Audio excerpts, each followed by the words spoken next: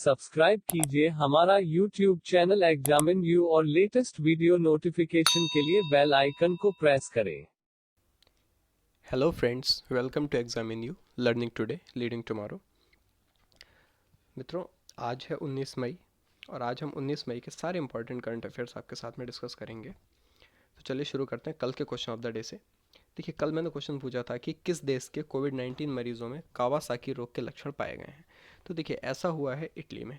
Italy में क्या हुआ कि जो कोविड-19 से ग्रसित मरीज थे जो भी, उन सभी में अब कावासाकी रोग के लक्षण भी पाए जा रहे हैं। सभी में तो नहीं, खासकर ये बच्चों में पाए जा रहे हैं। इटली में इसके कारण कोविड-19 से बहुत डेथ हुई थी, अब वहाँ पर कावासाकी रोग के लक्षण मिले हैं। ठीक है, तो इटली के लिए थोड़ा सा टेंशन वाली चीज़ है। ये गाइज हमारा टेलीग्राम ग्रुप है जिसको आप ज्वाइन कर सकते हैं, और कल मैंने इस पर जो भी बीच का छूटा हुआ करंट अफेयर था उसका भी पीडीएफ अपलोड कर दिया है, जिसमें आप पूरे वीक का करंट अफेयर एक ही कॉमन पीडीएफ में देख पाएंगे। ठीक है, चलिए शुरू करते हैं फिर आज के क्वेश्चंस के साथ में। देखिए, हाल ही में बेंजामिन नेतन्याहू 5वीं बार कहाँ के प्रधानमंत्री बने? देखिए, बड़ा इजी सा क्वेश्चन है। हम सभी जानते हैं कि बेंजामिन नेतन्याहू जो हैं अभी तक इजराइल के पीएम थे। इन्होंने क्या किया, जो इनके प्रतिद्वंदी थे बेनी गैंट्स, इनके साथ में पावर शेयरिंग डील थी विवादास्पद, उसमें उनको हराकर इन्होंने जीत हासिल की। ठीक है, और इन लोगों के बीच में ये डील हुई कि आगे आने वाले 18 महीनों के लिए ये प्रधानमंत्री के रूप में कार्य करेंगे, और तब तक बेनी गैंट्स वो रक्षा मंत्री रहेंगे, और उसके बाद में दोनों अपने पदों में स्वैपिंग कर लेंगे। यानी यह नेतन्याहू रक्षा मंत्री बन जाएंगे और गेट्स जो हैं वो प्रधानमंत्री बन जाएंगे। इसराइल की बात करें तो कैपिटल यरूशलम, और करेंसी यहाँ पर चलती है इजरायली शेकल। ठीक है, चलिए नेक्स्ट क्वेश्चन को देखते हैं। क्या कहता है कि हाल ही में किसने DTIS को मंजूरी प्रदान की? तो देखिए, DTIS क्या है? यह है डिफेंस टेस्टिंग इंफ्रास्ट्रक्चर स्कीम। क्या है? Defence testing infrastructure scheme. ठीक है, तो इसके लिए मंजूरी दी है किसने? राजनाथ सिंह, हमारे डिफेंस मिनिस्टर राजनाथ सिंह जी ने इसको मंजूरी दी है। ठीक है, इसके थ्रू होगा क्या कि निजी क्षेत्र की रक्षा और एरोस्पेस कंपनियों को सस्ती सुविधाओं का परीक्षण करने के साथ साथ उनके डिज़ाइन किए गए हथियारों को मान्य और पेशकश करने के लिए मंजूरी दे दी जाएगी। इसके लिए DTIS का मंजूरी दी गई है। ठीक है, डिफेंस टेस्टिंग इंफ्रास्ट्रक्चर स्कीम। इसका मेन उद्देश्य है कि निजी क्षेत्र के तहत डिफेंस इंडस्ट्रियल कॉरिडोर में एक सामान्य सुविधा के रूप में ग्रीनफील्ड डिफेंस टेस्टिंग इंफ्रास्ट्रक्चर जैसी सेवाओं को स्थापित करना। ठीक है, आगे अगर बात करें, नेक्स्ट क्वेश्चन देखते हैं। ये है बेंजामिन नेतन्याहू, आप पिक्चर देख सकते हो। अगला क्वेश्चन देखें। हाल ही में राष्ट्रीय प्रवासी सूचना प्रणाली NMIS नाम से किसने एक डैशबोर्ड विकसित किया? ठीक है, राष्ट्रीय प्रवासी सूचना प्रणाली, नेशनल माइग्रेंट इंफॉर्मेशन स्कीम। ठीक है, सिस्टम, सॉरी स्कीम नहीं, सिस्टम। इस नाम से एक डैशबोर्ड डेवलप किया है, और इस डैशबोर्ड को डेवलप किया गया है NDMA के द्वारा। अब ये NDMA क्या है? यह है नेशनल डिजास्टर मैनेजमेंट अथॉरिटी। इसका उद्देश्य क्या है? प्रवासियों के बारे में जानकारी हासिल करने और जो भी राज्यों में फंसे हुए व्यक्ति हैं उनके आवागमन के लिए सुचारू बनाना। ठीक है, अंतर राज्य संचार समन्वय, इसको ईजी बनाना। इसके लिए NDMA ने एक डैशबोर्ड NMIS को डेवलप किया है। Now fourth question. हाल ही में NRAI ने तकनीकी प्लेटफॉर्म तैयार करने के लिए किसके साथ में हाथ मिलाया है? देखिए, NRAI ये क्या है? NRAI की बात करें तो ये है national restaurants association of India. ठीक है, इन्होंने खुद का एक टेक्निकल प्लेटफॉर्म विकसित करने के लिए, ठीक है, किसके साथ में हाथ में लाया है? इन्होंने हाथ में लाया है डॉट पे के साथ में। ठीक है, डॉट पे के साथ में। अब ये इससे करेंगे क्या? इससे जो भी रेस्टोरेंट प्लेटफॉर्म है हमारा NRAI, उस पर digital order, bill settlement, contactless dining, online payment करने में ये इसको सक्षम बनाएगा। इससे क्या होगा, जो भी दिग्गज फूड एग्रीगेटर्स हैं जैसे कि जोमेटो, स्विगी, इन सब के साथ में इनका कोऑर्डिनेशन होगा। व्हाट्सएप, फेसबुक, इंस्टाग्राम के साथ भी आप ऑर्डर कर सकेंगे। इस तरह का एक प्लेटफॉर्म बनाने के लिए उन्होंने डॉट पे के साथ में समझौता किया है। किसने? NRAI, national restaurant association of India. इसके अध्यक्ष हैं रियाज अमलानी। ठीक है, और मुख्यालय इसका कहाँ पर है? दिल्ली में। ठीक है, चलिए आगे देखते हैं। अगला क्वेश्चन नंबर 5। हाल ही में जुबैर इकबाल किस बैंक का नए MD नियुक्त किए गए हैं? देखिए, जुबैर इकबाल की बात अगर की जाए तो ये अभी तक क्या थे? HDFC बैंक के सीनियर वाइस प्रेसिडेंट हैं। ठीक है, कौन? जुबैर इकबाल जी। इन्हें अभी क्या किया गया है? JNK बैंक, मतलब जम्मू एंड कश्मीर बैंक का एमडी बना दिया गया है। क्यों बनाया गया? अभी तक देखिए जम्मू कश्मीर बैंक में क्या था, अध्यक्ष और एमडी यानी चेयरमैन एंड एमडी दोनों पद आर के छब्बर के पास थे। तो इनसे अब केवल इन्हें अध्यक्ष रखा गया है, एमडी पद अलग कर दिया गया और किसको बना दिया गया, जो आप देख रहे हैं मिस्टर जुबैर इकबाल फोटो में। ठीक है, 3 साल के लिए इनकी नियुक्ति की गई है। आरबीआई का कहना था कि दोनों पद अलग अलग होंगे तो बैंक का विकास अच्छा होगा। जेएनके की बात करें बैंक की, तो मुख्यालय इसका श्रीनगर में है। 1938 में स्टेबल की गई थी, 1939 से इसने अपना वर्क शुरू कर दिया था। ठीक है, नेक्स्ट क्वेश्चन देखते हैं। हाल ही में हुसैन कजमपोर अर्देबिली का निधन हो गया। ये किस देश के ओपेक प्रतिनिधि थे? देखिए ओपेक क्या है, ओपेक आप जानते हैं, organisation of petroleum exporting countries, organisation of petroleum exporting countries. तो इसमें जो ईरान के प्रतिनिधि थे मिस्टर हुसैन कमजोर, इनका भी क्या हुआ, निधन हो गया। ठीक है, तो ये 20 वर्ष तक ईरान के ओपेक प्रतिनिधि के रूप में कार्य कर रहे थे। 1995 से 2008 तक इस पद पर रहने के बाद 2013 से ओपेक में ईरान के प्रतिनिधि बन गए थे। ठीक है, तो इनका अभी क्या हुआ है, निधन हो गया है। चलिए अगला क्वेश्चन देखते हैं। अंतर्राष्ट्रीय संग्रहालय दिवस कब मनाया जाता है? तो देखिए इंटरनेशनल म्यूजियम डे, इसे हर साल मनाया जाता है 18 मई को। ठीक है, हर साल 18 मई को मनाया जाता है। क्यों मनाते हैं? संग्रहालय सांस्कृतिक आदान प्रदान, संस्कृतियों का संवर्धन, लोगों के बीच में आपसी समझ, इन सब चीज़ों को डेवलप करने के लिए। ठीक है, जो भी संग्रहालय में रखी जाने वाली चीज़ें हैं, हमारी धरोहर हैं, उन सब के बारे में जागरूकता विकसित करने के लिए इसको मनाया जाता है। इस बार की इसकी थीम थी museum for equality, diversity and inclusion. Museums for equality, diversity and inclusion. ठीक है, 40 साल पहले इसको सबसे पहले मनाया गया था। अंतर्राष्ट्रीय संग्रहालय परिषद इसे ऑब्जर्व करती है, जिसके अध्यक्ष हैं सू ए अकोसी, सू ए अकोसी। अगला क्वेश्चन देखते हैं। केंद्र सरकार और AIIB ने किस राज्य में सिंचाई सेवाओं में सुधार के लिए MOU पर हस्ताक्षर किए? देखिए AIIB, Asian infrastructure investment bank, और इंडियन गवर्नमेंट ने अभी क्या किया है, एक MOU साइन किया है। किस लिए? पश्चिम बंगाल में सिंचाई सेवाओं में सुधार करने के लिए। ठीक है, कहाँ पर? पश्चिम बंगाल में। कितने का?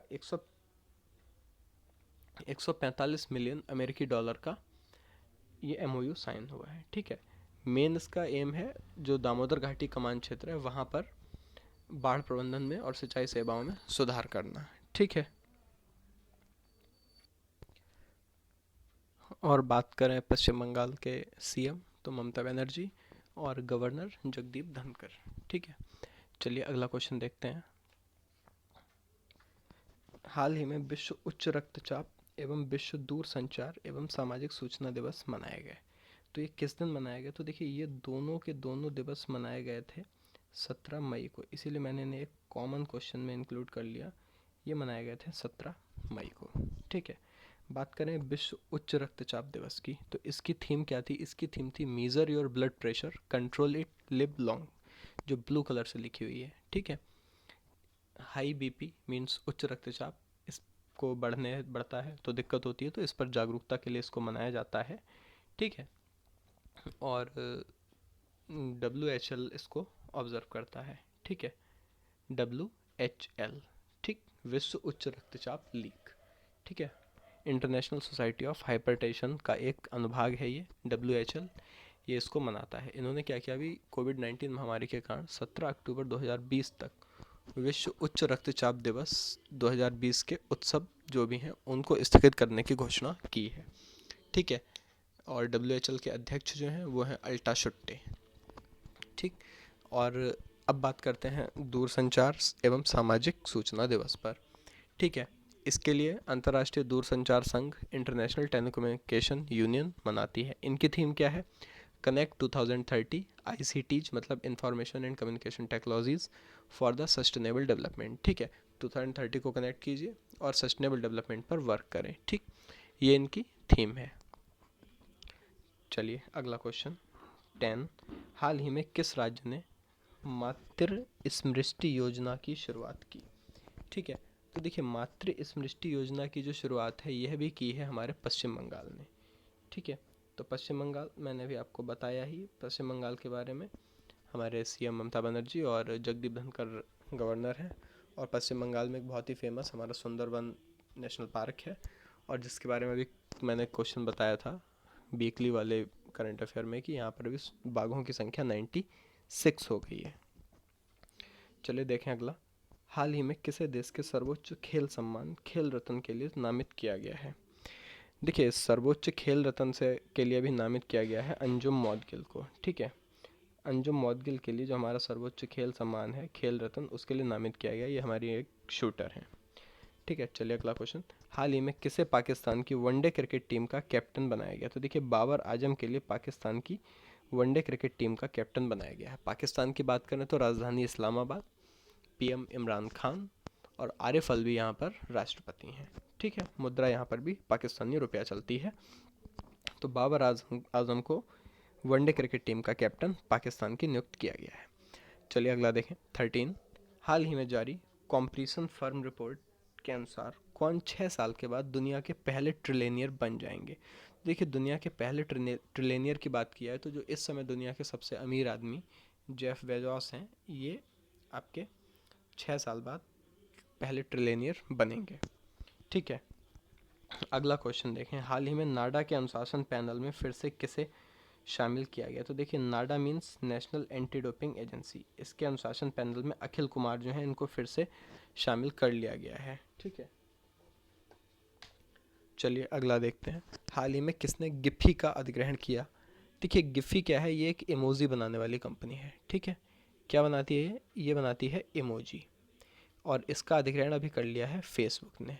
ठीक है, किसने किया है? Facebook, option number B. Facebook की बात करें तो CEO Mark Zuckerberg, headquarter California. Facebook ने अभी एक अभियान भी शुरू किया है, आई फॉर मी, जो कि कोविड-19 कलेक्शन के लिए था। और एक इन्होंने कंपटीशन अभी स्टार्ट किया था हेटफुल मीम्स पर आर्टिफिशियल इंटेलिजेंस डेवलप करने के लिए। ठीक है, हाल ही में, नेक्स्ट क्वेश्चन, हाल ही में रेमी डी ग्रेगोरियो पर 4 साल का प्रतिबंध लगा है, वह किस खेल से संबंधित हैं? तो देखिए, ये संबंधित हैं साइकिलिंग से। कौन? रेमी डी ग्रेगोरियो, ये एक साइकिलिस्ट हैं। इन पर अभी 4 साल के लिए बैन लगा दिया गया है।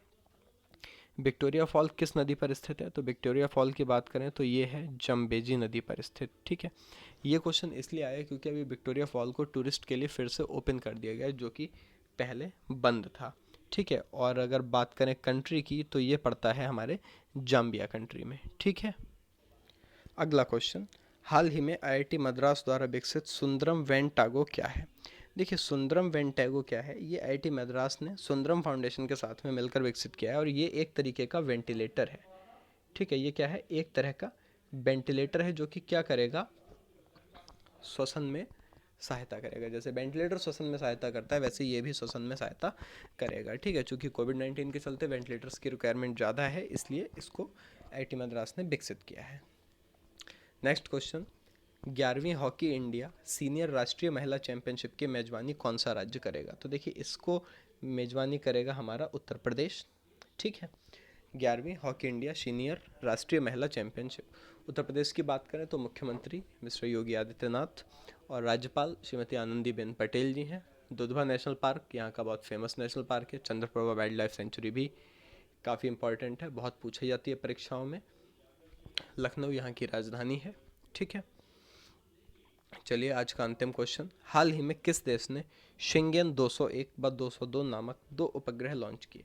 तो ये दोनों उपग्रह, जैसा कि नाम से भी कुछ कुछ समझ में आ रहा है, इनको लॉन्च किया है चीन ने। ठीक है, और चीन ने भी एक डिजिटल करेंसी भी लॉन्च की थी DCEP नाम से। ठीक है, और चीन की अगर बात करें तो राजधानी बीजिंग और मुद्रा रेन में भी राष्ट्रपति यहाँ पर जिनपिंग है, हम सभी को पता है।